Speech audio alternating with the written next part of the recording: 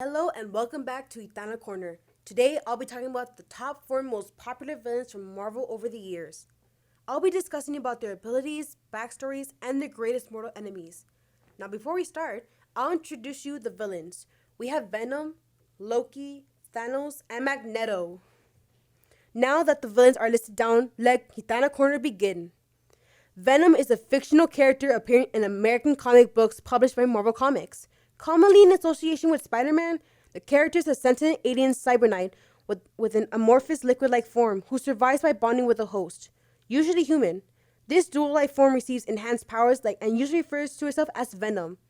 Kinda like a parasite, I know, but Venom really hates being called a parasite. He finds it pretty much insulting. Venom's abilities consist of enhanced superhuman strength, shapeshifting, monstrous combat. He may seem invincible, but sonic waves and fire make him extremely vulnerable. Venom's greatest enemy is Spider-Man. Venom has taken many hosts for him to survive, and Spider-Man was one of them. But in the end, Spider-Man was able to free himself from Venom's control.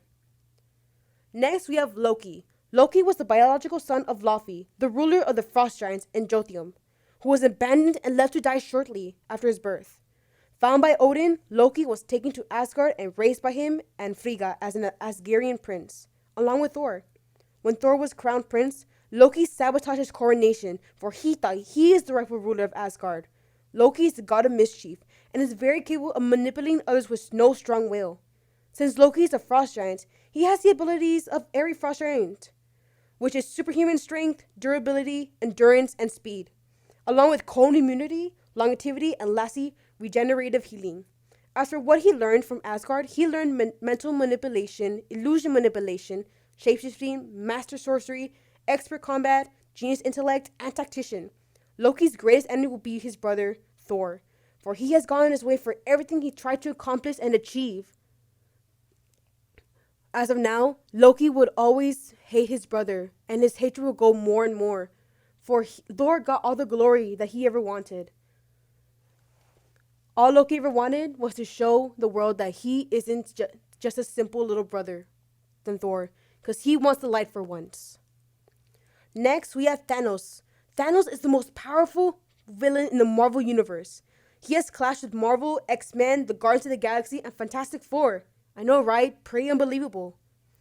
This mad titan Thanos who quests around the universe for Infinity Stones, which are unimaginable abilities for his one purpose. They are stones that cause unlimited power to the user, and it has unimaginable consequences, but it can also have good things if it's used correctly. He quests around the world to get these stones for his one purpose, which is a new world. Thanos has inhuman strength, expert combat, a master strategist, and is capable of telepathy and telekinesis for his blood of the Titans. Thanos' enemies is basically everyone. He will squash anyone to get in his way of his ideals and goals. He is merciful villain who has no pity in the weak, and if he does have a special interest due to the ability, he will make that person or thing his tool and make it stronger. He has 2 adopted daughters consisting of Nebula and Gamora. Let me give you a brief history of Gamora and Nebula, the adopted daughters of Thanos. Nebula is one of the children raised by Thanos alongside her adopted sister Gamora. Over time, Nebula developed an obsessive need to best Gamora to a torturous manipulation, replacing parts of her body with cybernetic enhancements for further improvement. This emboldened Nebula with a deep hatred towards Thanos as well as resentment towards Gamora for never trying to treat her as a sister. She eventually redeems herself, becoming an ally of the Guardians of the Galaxy, and later a full-fledged Avenger. Next, we have Gamora.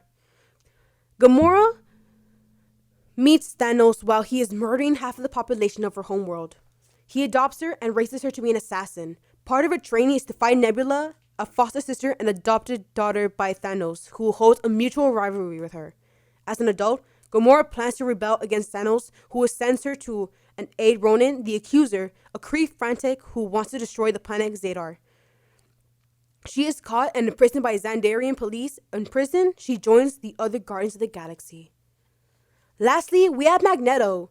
This character is a powerful mutant, one of the fictional subspecies of humanity born with superhuman abilities who can generate and control magnetic fields.